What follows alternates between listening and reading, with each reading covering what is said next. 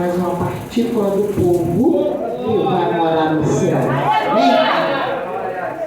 Meu irmão Edson, né, já tinha me feito um convite há um bom tempo, né, mas chegou o momento, foi hoje. Né? Não é no nosso momento, no nosso tempo, mas é no momento de Deus. Né? E Deus está falando conosco aqui desde a hora que nós saímos de nossos lares. Né? Não deixa para sentir a presença de Deus quando você entra na casa do Senhor, mas sai da sua casa sentindo a presença de Deus. Aleluia! Glória a Deus! Eu quero deixar aqui, né, para a nossa meditação, no livro de Apocalipse, capítulo 3. Aleluia! A partir do verso 8, que diz assim, ó: Eu sei as tuas obras, eis que diante de ti pus uma porta aberta, e ninguém a pode fechar. Tendo pouca força, guardaste a minha palavra e não negaste o meu nome.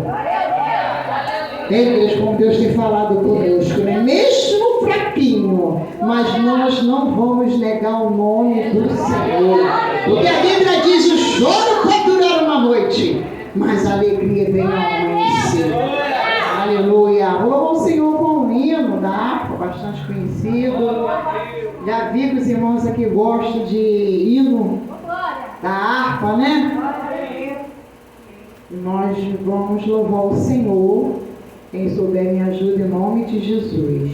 A minha garganta não está muito boa, mas eu gosto de louvar o Senhor, né? Porque eu também saí de uma consagração hoje e foi uma bênção. 326. Ó meu Jesus, quantas lutas no caminho encontrar. A tua mão divina vem me ajudar. Não temerei, amparado por ti mesmo, meu Jesus. Ó Salvador, a vitória me vem por tua luz. Oh, te espero somente, meu Senhor, para andar de valor em valor. Ó meu Jesus, minhas forças hei de ver mais aumentar, tendo a fé, tua graça me há de bastar. Ó meu Jesus, encostado em teus braços vou andar, e com amor na sã palavra meditar. Sempre assim, na peleja por Jesus eu vencerei, e pela fé abrigado do mal estarei. Já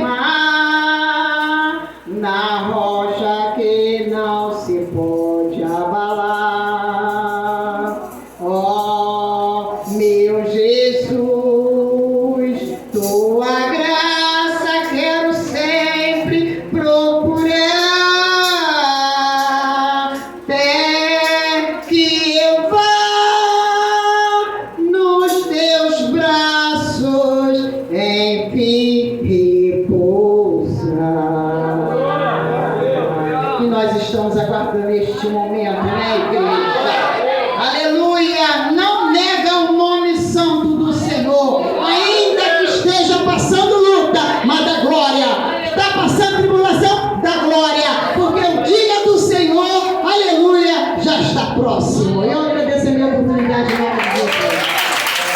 Glória a Jesus. Vamos estar de pé em nome de Jesus. Irmã Edésia, né, irmão presbítero Edson. Bênção de Deus essa família aqui, né? Deus abençoe os irmãos. Vamos ouvir, né? Efraim, está com a oportunidade para fazer a mensagem do Senhor. Efraim, né? E quinta-feira vai ser a despedida. A missionária Jaqueline vai estar pregando a palavra do Senhor. A irmã Cíntia vai estar aqui na quinta? Não, né? A irmã Cíntia é uma bênção na casa do Senhor, mas os TVs que trabalham não pode estar aqui, né? A gente tem que orar para Deus estar abençoando. E sempre eu falo assim, aqueles que entraram aqui, eu oro por todos eles, né? E quem está aqui dentro aqui, quem veio mais é mais visto, mas eu oro por todos aqueles que entrou. Nosso irmão João com a filha, Ana Clara, entrou aqui, eu oro, bem bom, Deus vai abençoar. O tempo que eu estiver aqui, eu vou estar orando, porque a gente ora pelos próximos nossos que estão vindo sempre aqui, nossos amigos do WhatsApp, né? Do WhatsApp a gente está sempre orando, então é desse jeito. Nós vamos agora estender as mãos para ele, que o Espírito Santo de Deus vai usar ele aqui para mim, para você, né? Quem crê que Deus vai falar com você? Está falando o tempo todo, né? Já quase chorei ali, eu não vou não, porque não posso, né? Está chegando o dia, tá? Vamos orar aqui em nome de Deus. Sempre é bom comigo. Soberano Deus e meu Pai, meu Jesus Cristo, eu entro na Tua presença nesse momento, meu Pai. Que não que seja Ele, Pai, mas o Espírito Santo de Deus possa usar Ele aqui, tremendo aqui, Pai. Com a Tua palavra, Senhor. Com aquilo que o Senhor tem preparado, que colocou no coração dele, Senhor. Abençoe ele, abençoe a família. Abençoe quem entrou para ouvir, Pai. Que nos dá aqui a palavra, a oportunidade de estar aqui aprendendo e ouvindo, Pai. E alimentando a Tua palavra. É o que eu te peço, te agradeço em nome de Jesus. Amém. Ainda de pé ainda. Fica aí. Fica à vontade. Aleluia, glória a Deus. Saúde da amada igreja do Pai do Senhor, amém? Amém. É um motivo de alegria estarmos aqui, louvando e bendizendo o nome do Senhor, podendo conhecer também mais uma família de Cristo, né? E eu trago a paz também do meu pastor, o Senhor Apostol de Monte, né, a qual a gente congrega ali na Igreja Assembleia de Deus Fiel do Rocha, localizada em Santa Isabel, né, e desde pequenininho eu aprendi que onde quer que a gente ande, a gente tem que sair debaixo da bênção do nosso pastor. A gente tem que ter obediência, porque Deus ele é pastor, é um homem aqui da terra, sendo pastor para cuidar das ovelhas. Nós devemos respeito. Não vou me prolongar muito, vou falar aquilo que Deus colocou no meu coração, que se encontra no livro de Jonas, um livro bastante conhecido.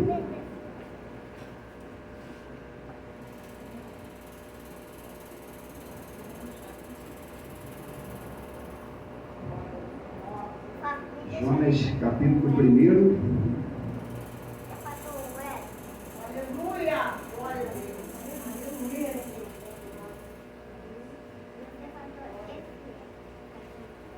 Deus está aqui, igreja. Aleluia.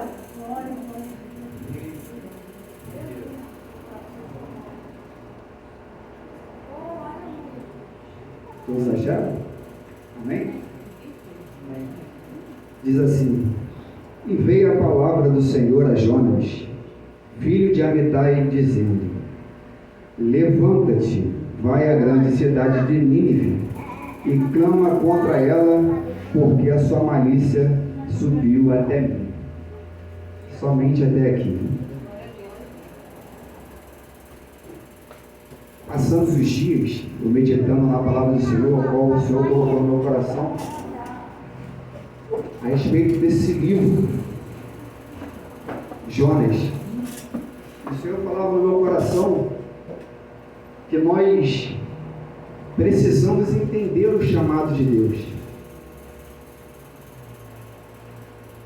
Entender o chamado de Deus, e também o chamado vem junto de arrependimento também. O profeta Jonas, a palavra do Senhor chegou até o profeta, dizendo para ele: levanta-te, e vai até a cidade de Nínive.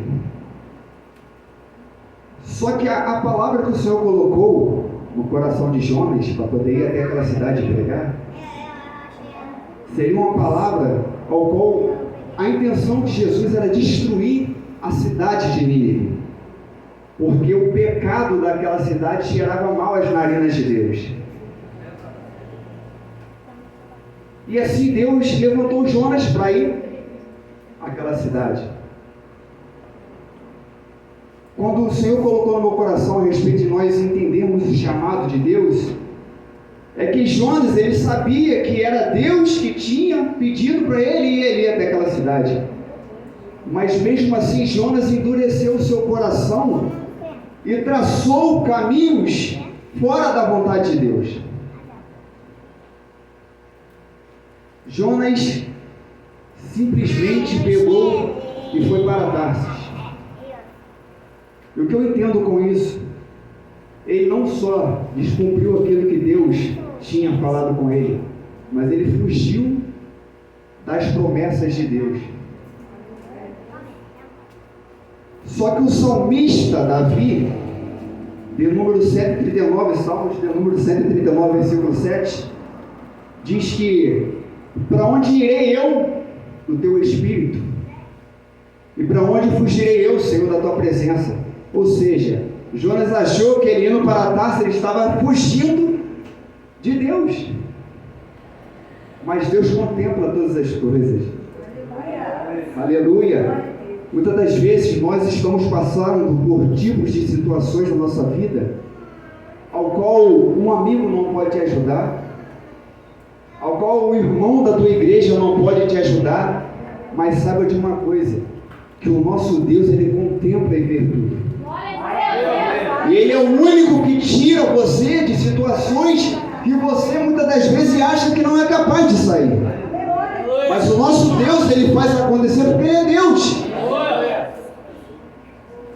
E Jonas foi traçando a caminho de Tarsis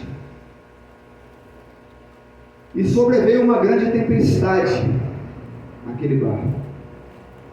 E o interessante, pastor, que mesmo Jonas saindo da presença de Deus, desobedecendo a ordem de Deus, ali começou o primeiro milagre. Mesmo Jonas fora da direção, porque os marinheiros daquela embarcação eram pessoas pagãs. E pessoas pagãs não acreditam no Deus que eu e você acredita. O que eu entendo com isso é que para tudo há um propósito de Deus no vasto dos céus. Para tudo há um propósito. Nada é por acaso. Para tudo há um propósito. Você acha que Deus não sabia que Jonas poderia tomar outra atitude? O nosso Deus é onisciente, onipotente, onipresente. Ele sabe todas as coisas. Então ele sabia que Jonas poderia fazer aquilo. Mas o nosso Deus, ele confia. Mesmo ele sabendo que muitas vezes nós possamos fraquejar, mas ele confia em você, ele confia em mim. E assim ele confiou na vida de Jonas.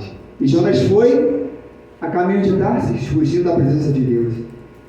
E aquela tempestade, ao qual não foi ocasionada de qualquer maneira, porque foi o próprio Deus que mandou aquela tempestade. E os marinheiros começaram a ficar desesperados. Começaram a pegar as suas fazendas e lançar no mar. Estudando mais profundo, eu pude entender que aquilo, eles estavam tirando o peso do navio, para que o navio não viesse a afundar. Eles começaram a retirar as coisas do barco. E retirar, e cada um clamando o seu Deus, ao qual não era o nosso Deus, era o Deus que eles acreditavam. E começaram a clamar, até que o mestre do navio, ele vai até o porão e vê Jonas lá dormindo profundamente. E ele pergunta: rapaz, tempestade aí já está quase afundando o navio, e você dormente, está desta maneira? Por que você não levanta e clama o seu Deus? Porque pode ser que ele tenha misericórdia de nós. O milagre aconteceu aí. Porque um povo qual era pagão, que não acreditava em Deus, eles clamaram o Deus deles, mas todavia eles sabiam que o único que poderia resolver a situação era o Deus de Jonas. Aleluia! Glória a Deus! Então, para tudo há um propósito de Deus. E os marinheiros viram que a situação era difícil ali, que o barco estava quase naufragando, e perguntaram: homem, por que fez isso? Por que você fez isso? E começaram a lançar sorte, e a sorte caiu sobre Jonas. O que eu entendo com isso, irmãos? A tempestade, muitas das vezes, acontece na nossa vida, porque nós às vezes provocamos isso. Porque a palavra de Deus diz que o homem se queixa de seus próprios pecados. É a palavra que diz isso. Muitas vezes nós se queixamos dos nossos próprios erros, nossas próprias atitudes, escolhas ao qual Deus não quis para nossas vidas. Então, por isso que nós temos que entender o chamado de Deus, se colocar na posição como igreja de Cristo. Porque se o Senhor fala que a gente tem que ir por todo mundo e pregar o Evangelho, por que não fazer? É muito fácil nós estarmos aqui pregando para quem conhece a palavra de Deus. É muito fácil. Mais difícil é você subir numa comunidade onde está cheio de traficante lá. E o diabo só ao redor, doido para devorar um dele. Nós temos que estar pregando o Evangelho. É fazendo o ídolo do Senhor. É se colocando na posição de Deus, entendendo o chamado de Deus. Mas o que me chama mais atenção é que mesmo Jonas, em meio à desobediência,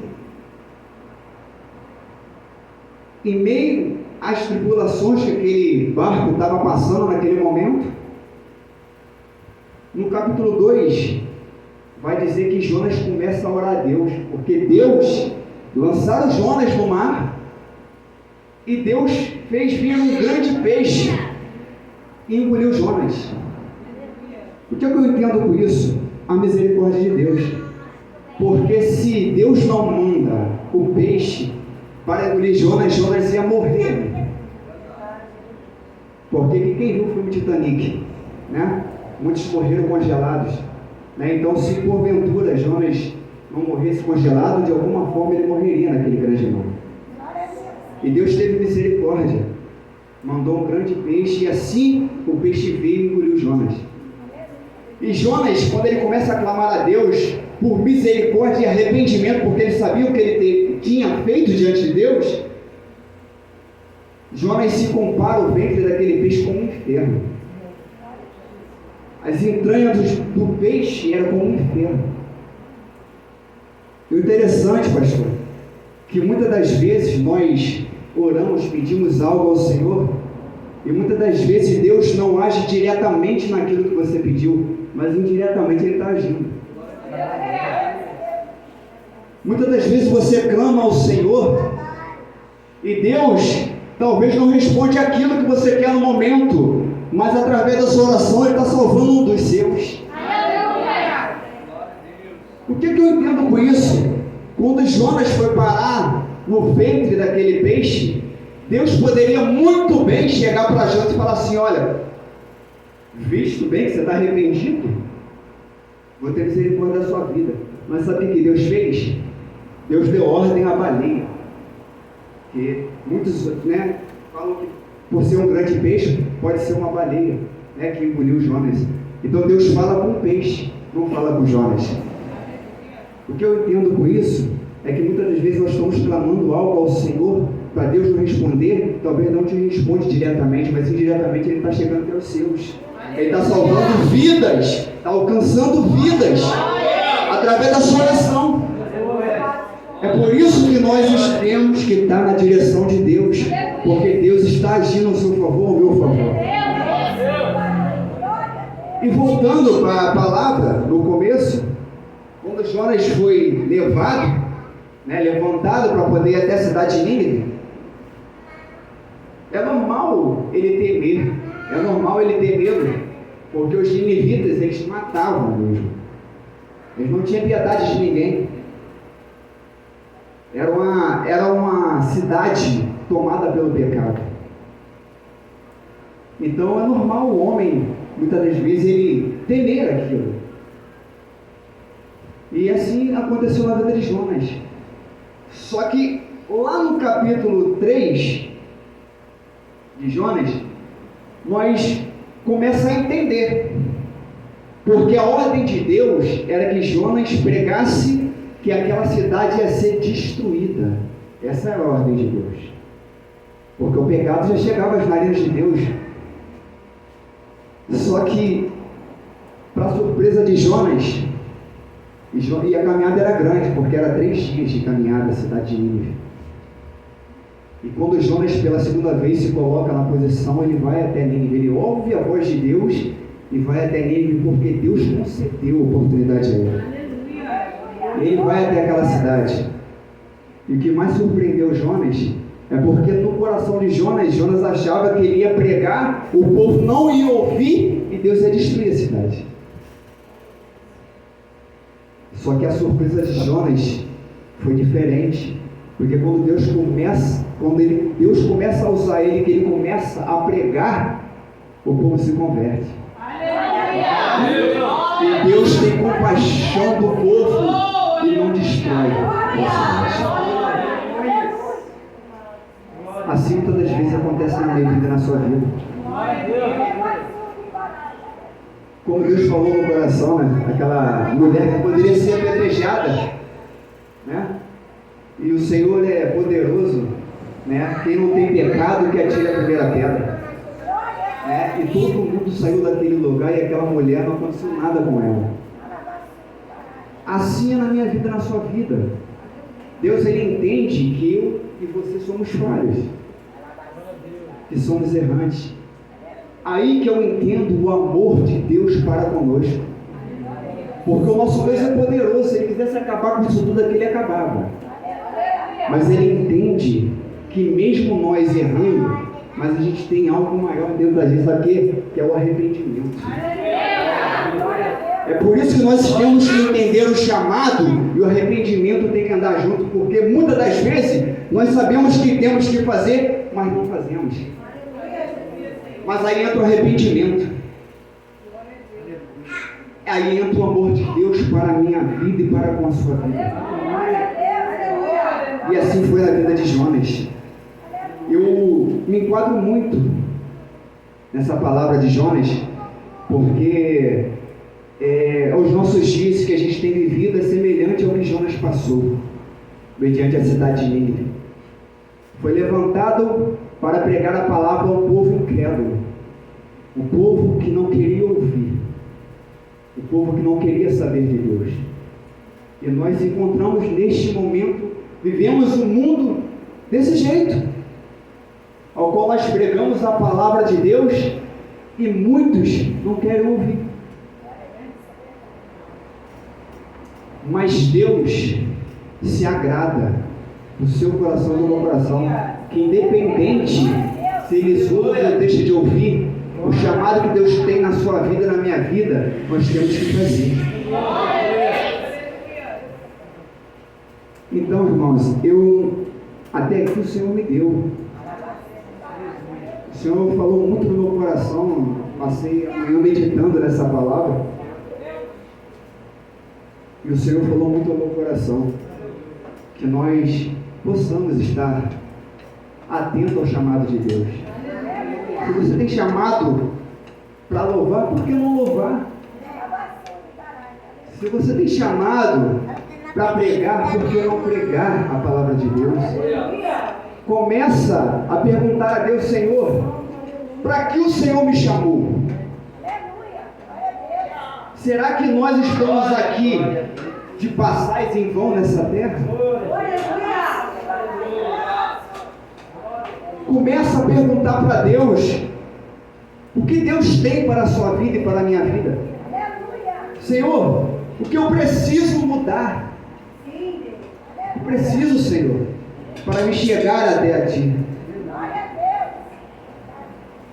E o que eu posso entender que em meio à tempestade, Em meio à tempestade, Deus garantiu vitória.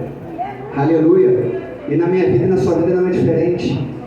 As dificuldades, as lutas que você tem enfrentado no seu dia a dia, sabe de uma coisa? Que a vitória ela vai chegar. Porque Deus ele garante vitória para os seus. A palavra de Deus diz que no mundo tereis aflições, mas tem de bom ânimo. Porque Ele venceu o mundo e nós vamos de vencer também. É Deus que garante vitória. Então, que nós possamos